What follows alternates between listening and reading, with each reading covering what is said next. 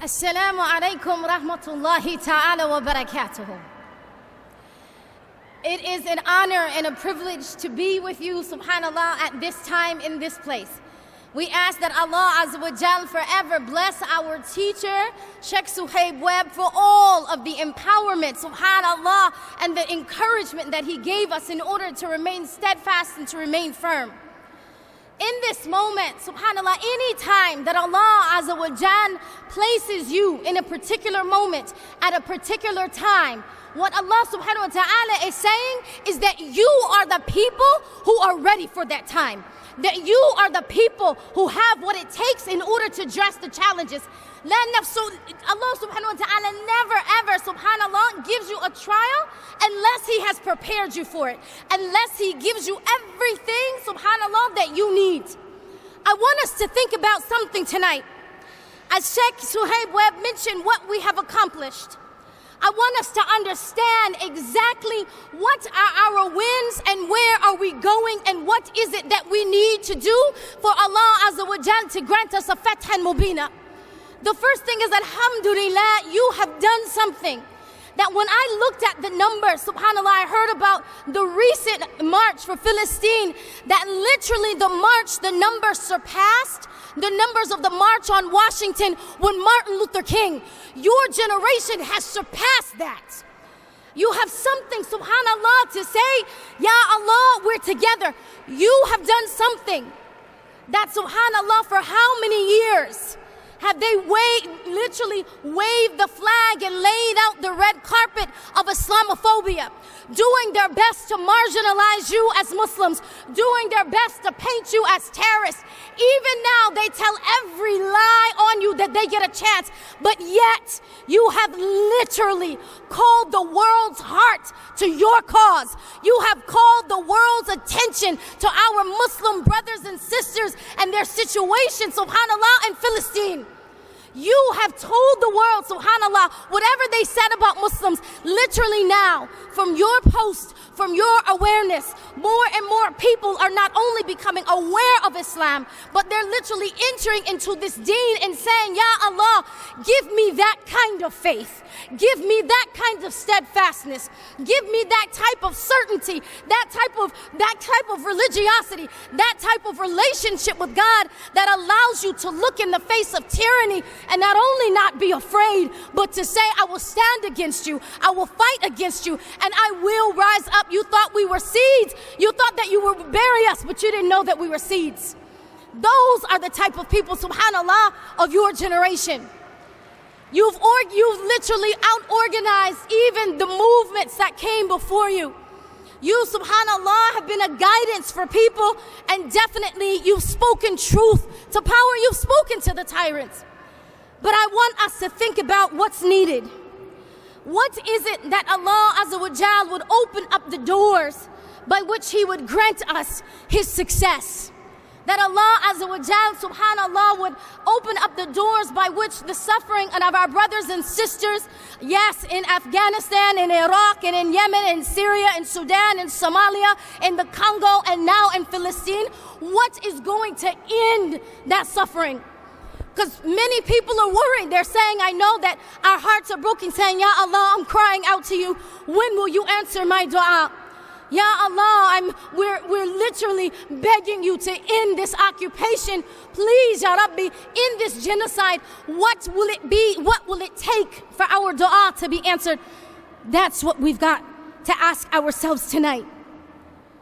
We have to be willing to look in our own situations and saying, Ya Allah, you said that if my earning was halal, if my wealth was halal, if my food was halal, if my clothes were halal, that these, subhanAllah, are doors by which basically Allah is saying, if you obey me in times when you're struggling, when you're trying to maintain your family, when your back is up against the wall, and you're still, subhanAllah, saying, I'm very careful to uphold the laws of Allah subhanahu wa ta'ala, Allah Azza wa Jalla is saying, not only am I with you, but I will defend you.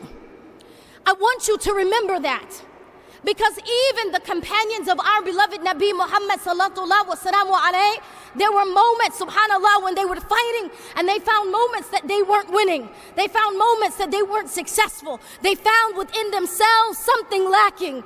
And they said, Ya Allah, what is it? What is it? What have we abandoned? What sunnah have we left behind? What is it that we can do now, subhanAllah, in order for Allah Azza wa Jal to make us worthy of a victory? And even it was one small thing, subhanAllah, they literally said it's the miswak. We forgot the miswak. So they begin to apply the miswak and literally, subhanAllah, the enemy begin to run away from them. I don't tell us this tonight to tell us bedtime stories. I tell us this tonight to say, what is it that we can do in order to fortify our stance?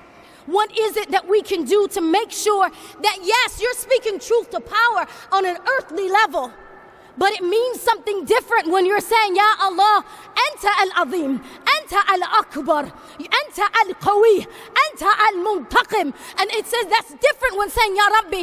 That's one truth. Yes, Pharaoh and all of their army, they're tyrants. That's not a question about that. The question is, are you talking to the one who has true power? The question is, are we spending and standing in the night in Qiyamul Layl and saying, Ya Allah, I'm willing to sacrifice my sleep.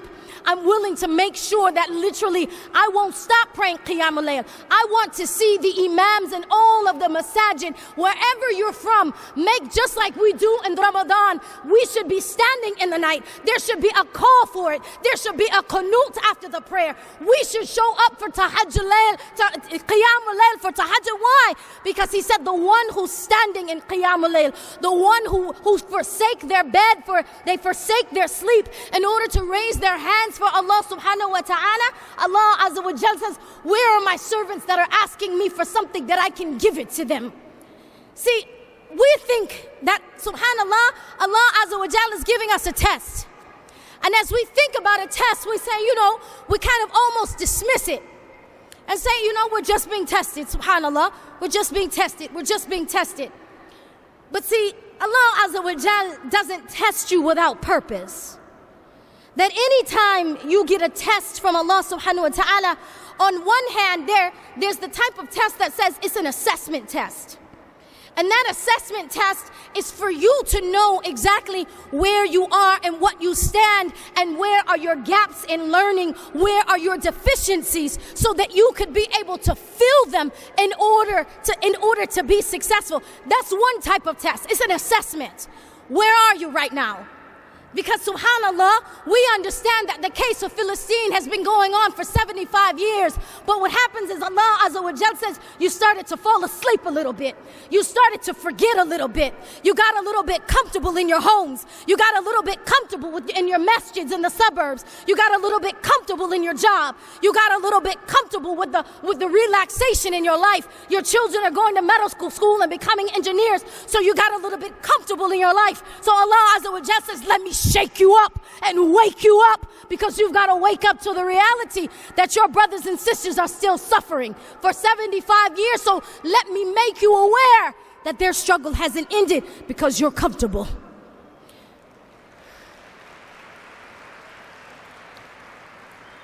And so when we get to the assessment test, we say, Ya Allah, what's the first thing you do when you realize I'm deficient in something? I've fallen short of something. You've got to make istighfar. You've got to say, Ya Allah, forgive me for my complacency. Ya Allah, forgive me for my weakness. Forgive me for my ghafla. Forgive me for my heedlessness. For we know that when we make istighfar, subhanallah, Allah Azza wa Jal literally sends down help. He sends down assistance. He said, now I will increase you in khair. So that's the first thing. The next thing is that after we make that istighfar, after we say, okay, we're learning these lessons, then there's another test that happens. And it's different because it's the type of test that says, okay, you've studied, you've worked, you've put in the hard work, You've been consistent. Now it's time for you to go to the next level. That's the kind of test that then pushes you to a higher position. But we understand, yes, Allah subhanahu wa ta'ala is allowing us to be tested, but whether or not we are successful to go to the next level, meaning that you pass this level of tyranny, that you remove these leaders, that you remove those who are saying we will continue to keep you down. Listen, Muslims, you, subhanAllah, for how many years did they push you down and you said, I'm rising above it? When you, subhanAllah, how many times did they say, okay, we're going to put the Muslim ban, but you stood in prayer, you came together, you organized, you worked hard, and then you overcame that. It's century after century you're overcoming. But now, Allah says, listen, you're in a type of test that you've got to expand your awareness. You're in the type of test that says now you've got to actually make some adjustment in your own life. See, when we talk about, I'm not going to buy these products, right? And for how, for at least 2 months, their stocks begin to go down. And, we're not going to buy this product, but we're only going to choose 1 or 2. I ask you the question. If you had the ability to say, I'm not going to pay for 1 bullet, I'm not going to pay for 1 gun, I'm not going to pay for 1 missile, I'm not going to pay for 1 gallon of oil that sends it there, what would you give up if these are your children in your house? What would you give up? Would you just say, I'll just choose that one and not choose that one? Or would you say, whatever it takes, I don't pay for it? That all of it. This is about us willing to change our lives. This is about us willing to say, let me get out of my comfort zone. Let me get out of what I'm used to doing, my known brands, and saying, I give it all up for you, Ya Allah. Why? Because they're worth it. Because our children are worth it. Because our widows are worth it. Because our martyrs are worth it. Because our ummah is worth it. Us just literally changing some of our brands and our lifestyle. I lastly want to end on this. See, we talk about speaking truth to power. We organize, right? We're doing a number of things, but there's one point in our ummah that we must get better at. See, we're an ummah of like your parents before you were the microwave generation. You could put it in the oven, get it hot in like a minute. We're the Instagram, right? TikTok generation. I push a button and I get a result. I push a button and 1,000 people have seen it. 10,000 people have seen it by the push of a button. See, what happens though is that when you're talking about this kind of work, when you're talking about this type of justice, when you're talking about this kind of change, it's not going to happen just with the push of a button. It's not, yes, I know that we've organized and we stood in the street, but it's not going to happen in a month. It's not going to happen in a few months. If you want a complete change, if you want a free Palestine, if you want a free Congo, if you want a free Sudan, if you want a free Somalia, if you want a free and thriving Yemen, then you've got to be willing to have istiqamah and say, I'm in this for the long haul.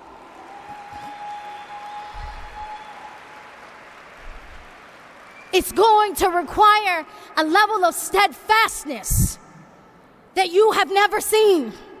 It's going to require a level of grit that all of us have got to muster up the courage. We've got to fall down in sujood and say, Ya Allah, give me the backbone. Ya Allah, send your angels to assist us. Ya Allah, grant us the means, grant us the leaders, open our eyes and open our hearts and make us firm upon this way, and don't let us leave this path until we have victory. See, we got to understand, for the Muslim, it's a win-win.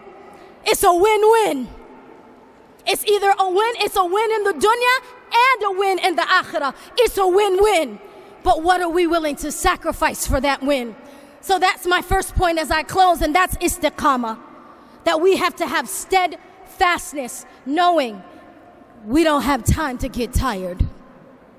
We don't have time to say, I did it, I prayed, I organized, it's over. No.